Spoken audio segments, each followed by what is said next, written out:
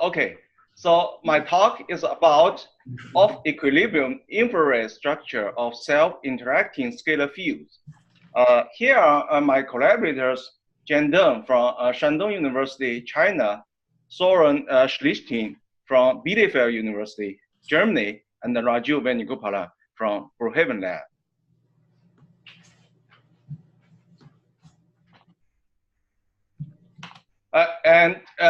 We know that the relativistic scalar fields appear in many physical systems.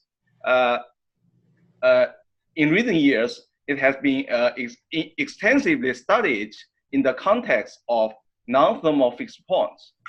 There are fixed points in the different region of the momentum. For example, the ultraviolet fixed point and the infrared fixed point, and mostly connected to the kinetic processes such as turbulence or topological defects like vortices.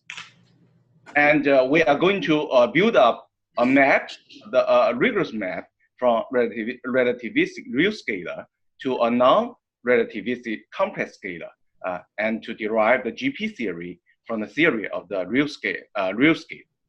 And we will present our simulations of relativistic real scalar phi in two dimensions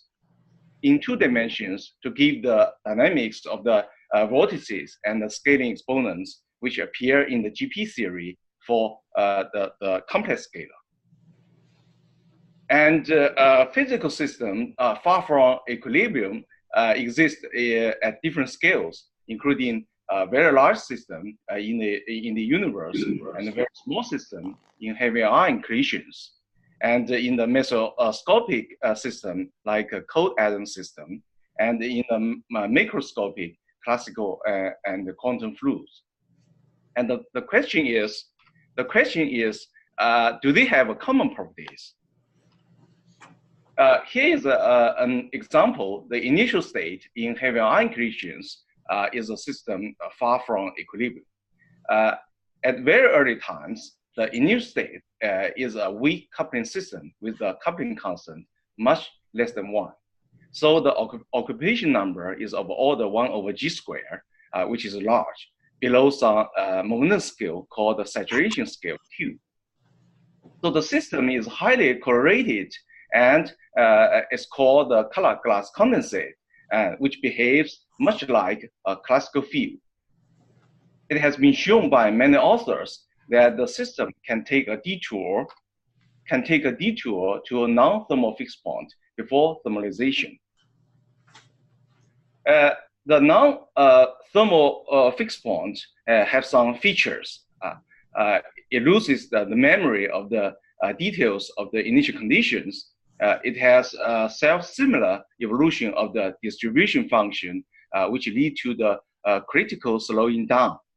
And it has a scaling behavior in time with the exponential component alpha and beta. And there are several fixed points in different momentum regimes called the inertial range. And they're often connected to the kinetic processes such as turbulence or the topological defects such as vortices. And the universality classes for a system far from equilibrium can be classified by the non-thermal fixed point with dynamics exponents alpha beta and the scaling function fs. And if we draw the occupation number as a function of the momentum in log scale, there are 3 regimes: non-perturbative regime, perturbative regime, and the quantum regime. In the quantum regime, the occupation number is less than 1. In the perturbative regime, the occupation number is between 1 over lambda and 1, where the lambda is the coupling constant. And in non-perturbative regime, the occupation number is larger than 1 over lambda.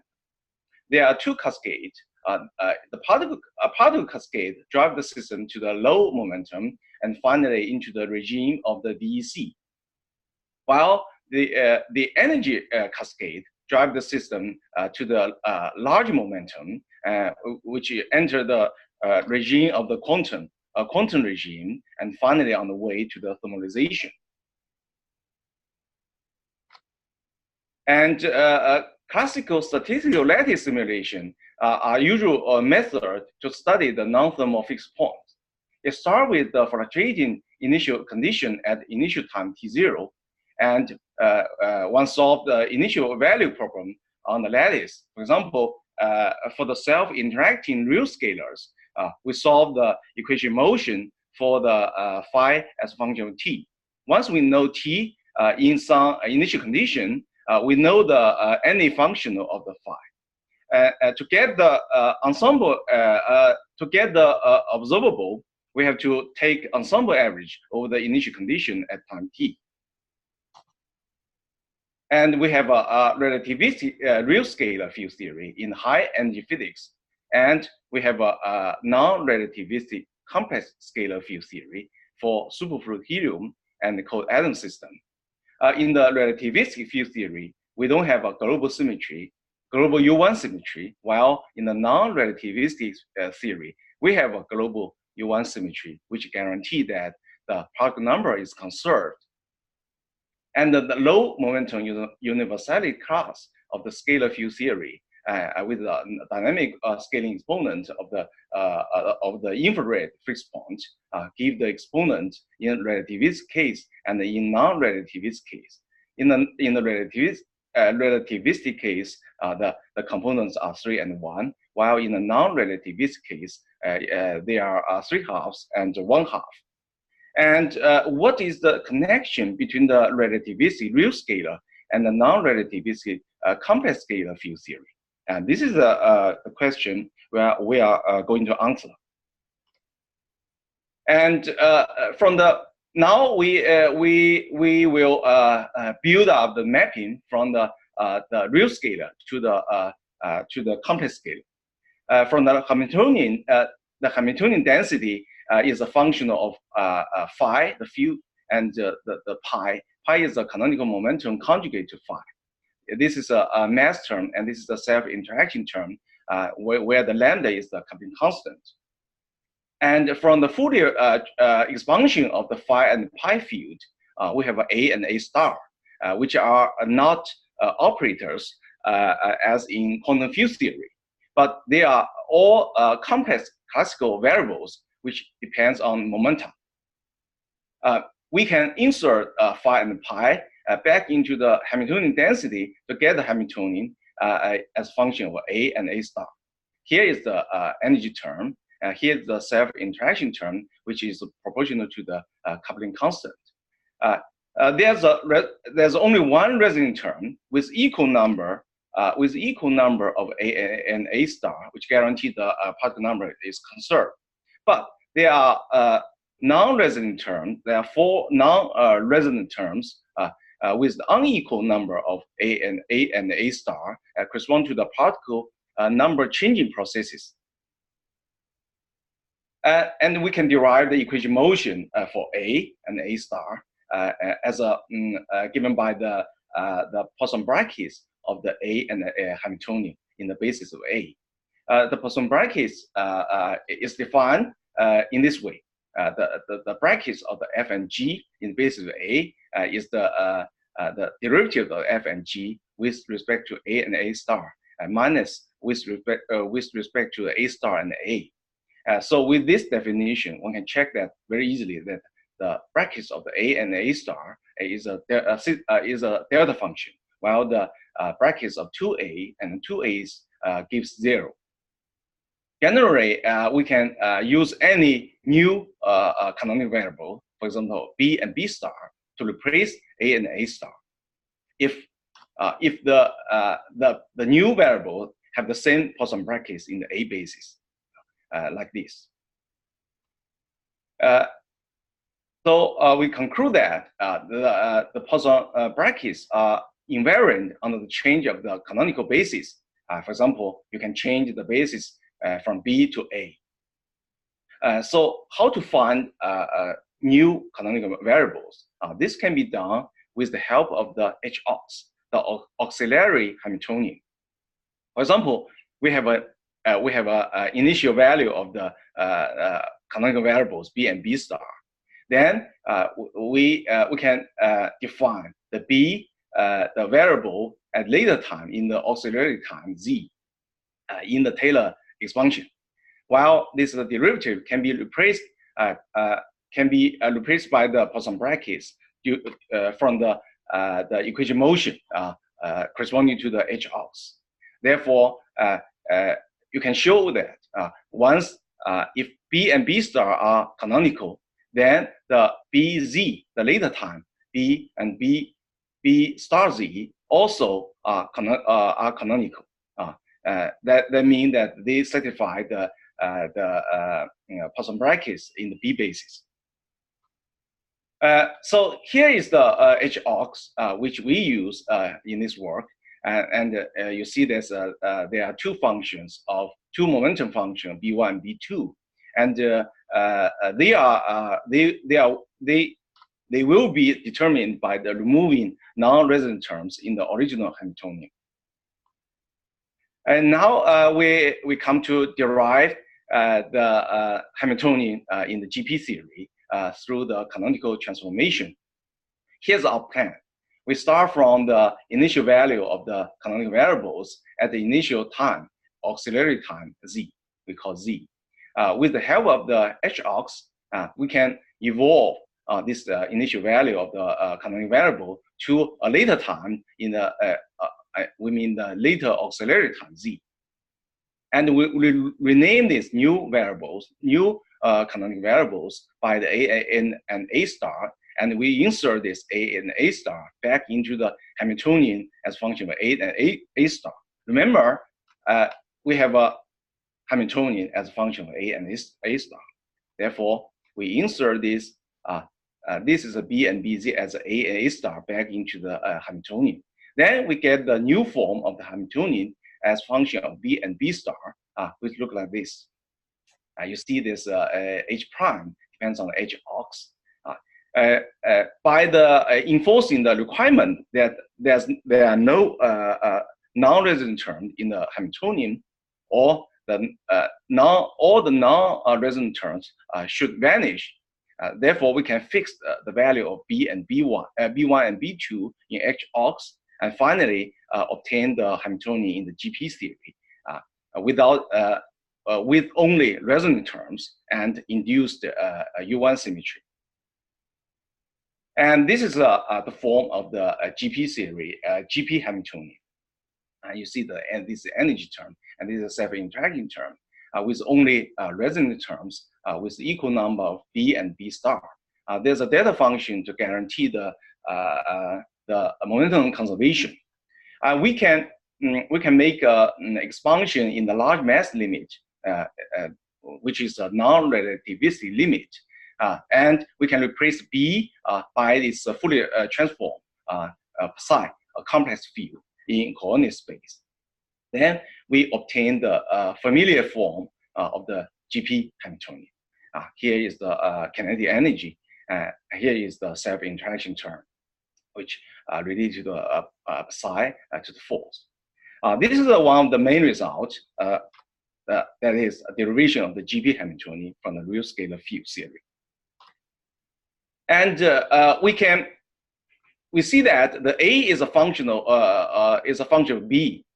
Then as a inverse problem, we can also express B as a function of A. To this purpose, we replace all the B bases to A bases and move all these terms to the other side. Therefore, because we make use of the property that the Poisson brackets is invariant under the change of the canonical basis, then we can solve this B as function with A in perturbation. For example, in the leading order or in the zeroth order, just A. B is just A. But in the first order, we can replace B by A, by the zeroth order value. We can obtain the first order value for B. But for the second order, both terms contribute. In this term, we can replace B as B by its zeroth order value, A. While in this term, we have to replace B by its first order value. And all these terms the expansion parameter is the lambda phi square over m square. In this way, we can solve the B as function of A order by order. And now we can go a little bit further to write everything, to write the field in the coordinate space. Then we this means we transform B to its complex variable, complex field in the coordinate space. Then because in the zero order, B just A, and A is related to the phi field and the pi field.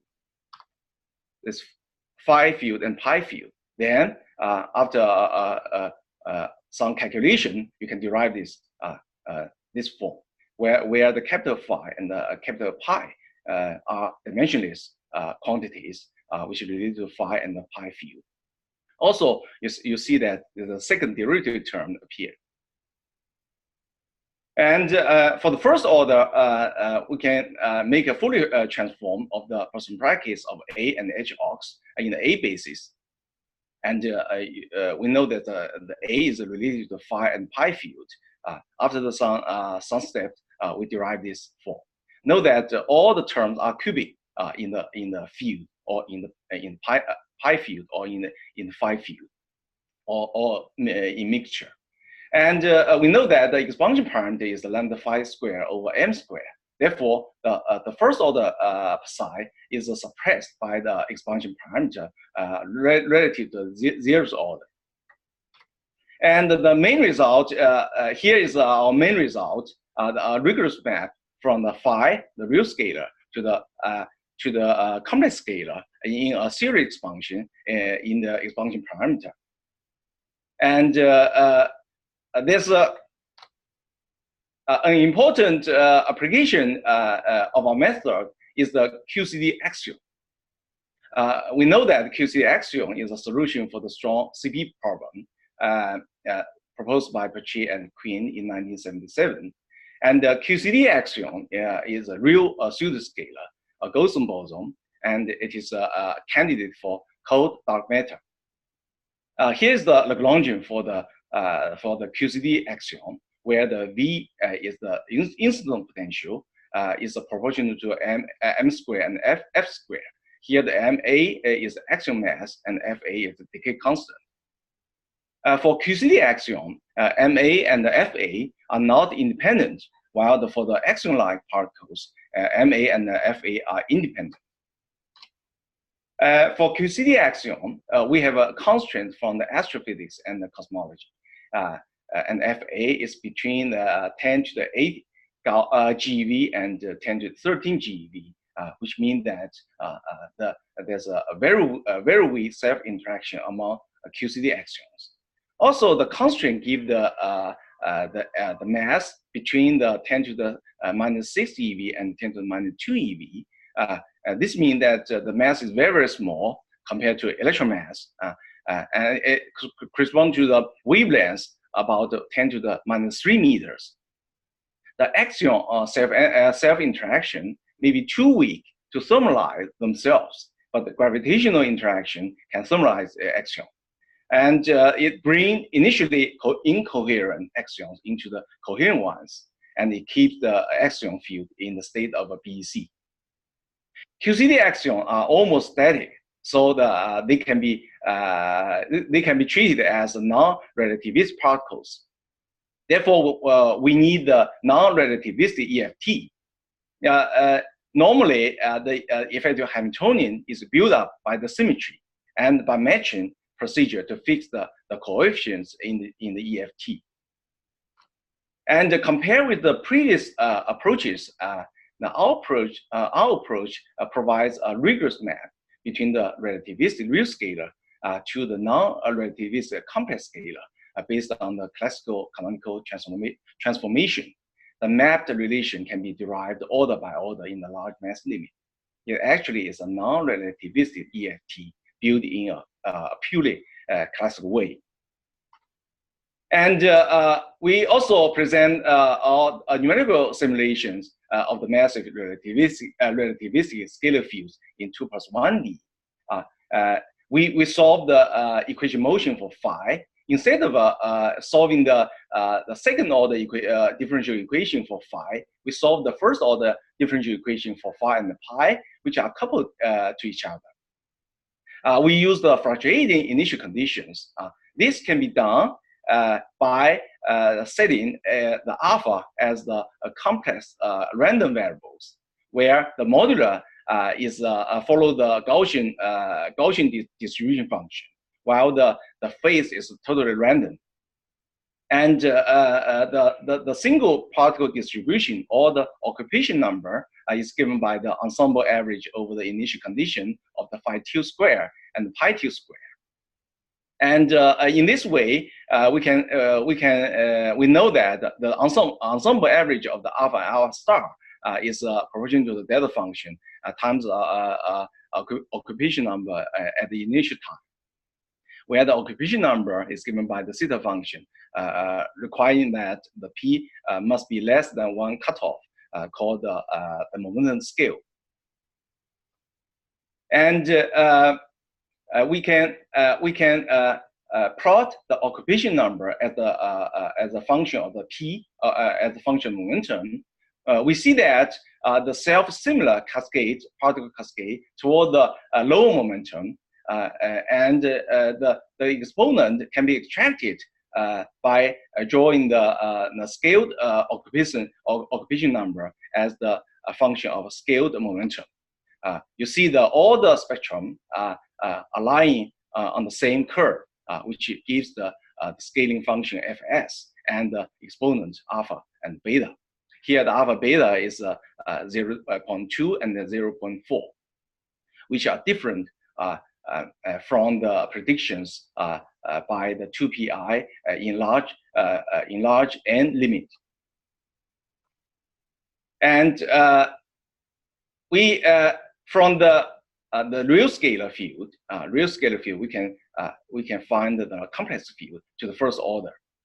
The order parameter is this, lambda phi square over m square.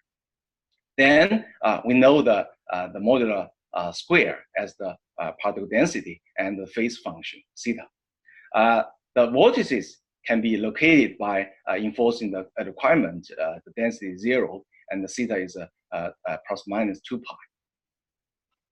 And here are results for the density distribution at different times, and the phase distribution at different times. The circle is located, the point is the point with the 0 density. And this circle in the phase distribution is located the point around which the phi is 2 pi. And the positions of all these points between in the density distribution and in the phase distribution are matched, so they are the same. Therefore, in this way, we can locate the vortices. And one can see that this is the later time result. One can see that the vortex density decreases because the density decreases. One see that the system becomes more homogeneous.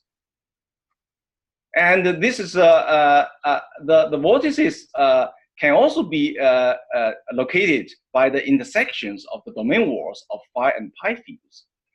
This is a phi field. For example, for this vortex, one can see that this is a red line show the boundary of the domain wall in the phi field, while the black line show the domain wall of the pi field. The intersection locate the vortex. And this is a numerical result for the evolution of the vortex and the anti-vortex as function of time. You see there's the blue circle is a vortex, and while the red circle is the anti-vortex.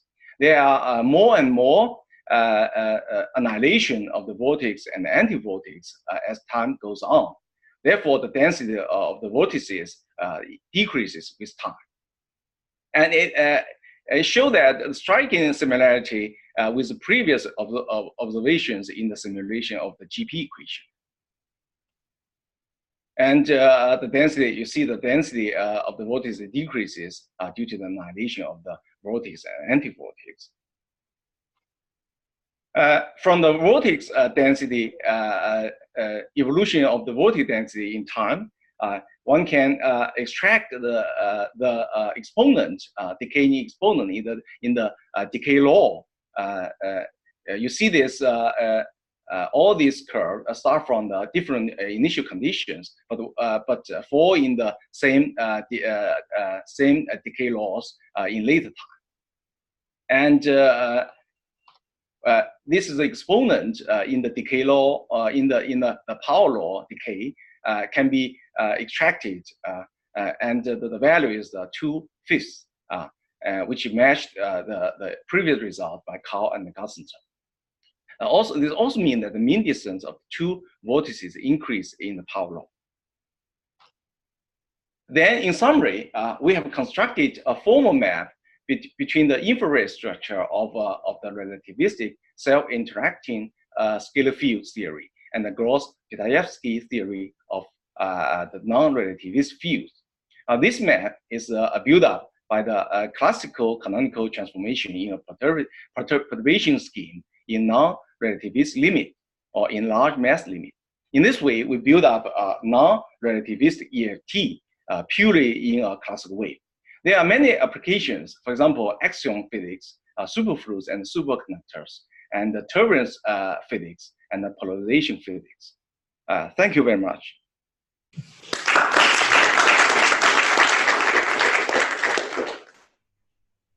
Question? Okay. Actually, this analysis looks to me a bit counterintuitive, because what it seems that is achieved here is we start with a field that so we have an infinite degrees of freedom, and then sorry, I cannot hear you. You have to speak loud. So we'll repeat. We'll repeat. Okay.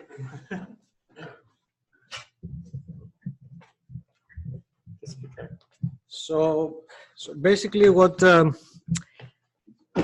I think that you can help me with is with the following thing. So you start with the field phi. It has, let's say, infinite degrees of freedom. And then you reduce it to two fields that have each one infinite degrees of freedom. So it seems to me that you generated double of the degrees of freedom out of your starting point. And I wonder if there is a simple physical argument that actually could perhaps justify that. Because, for example, the classical theory has the global U1 symmetry, means that the particle number is conserved, something that yes, something that you wouldn't think that valid for the relativistic theory. So I wonder if this physical argument is related to the fact that you reduce one field to two. That's my question. No. This actually is a very good question.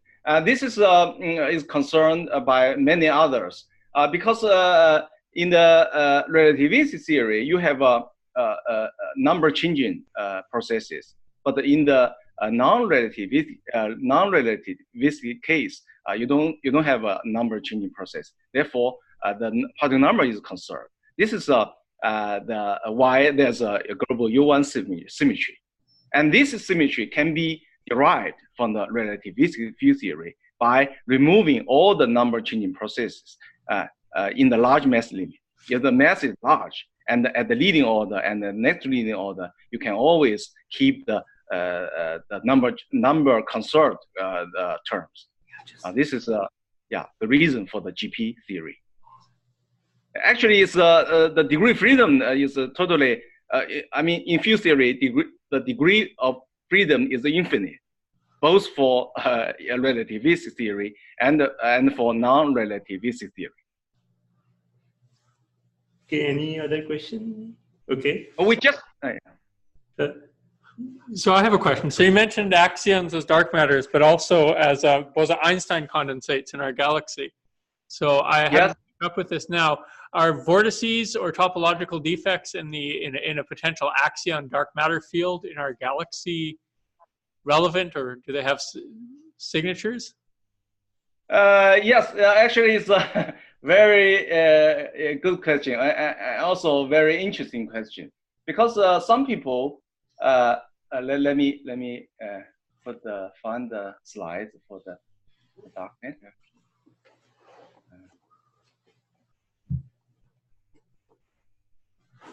Here is dark matter. Yes, here.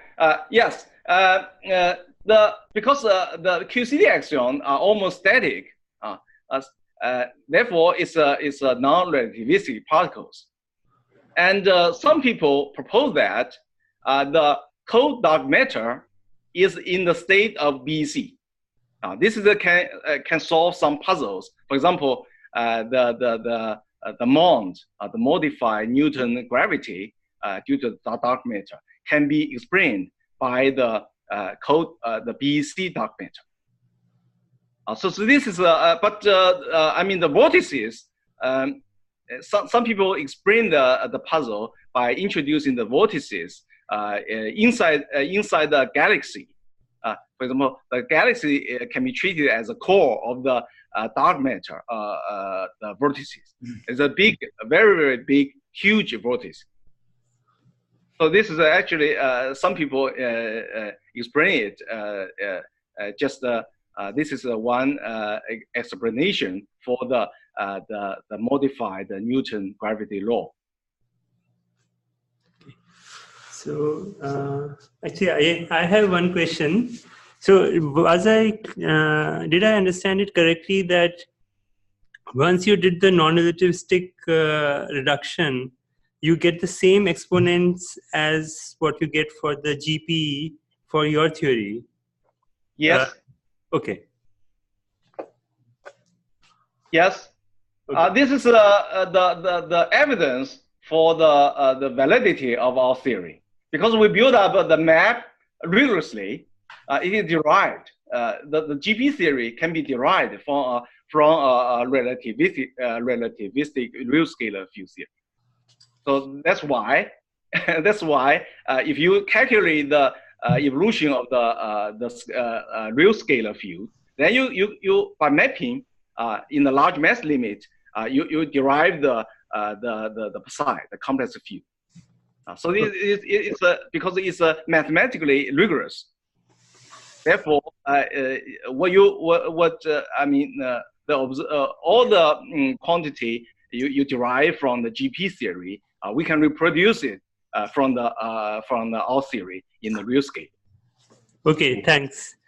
So if there are no further questions, just thank the speaker once again.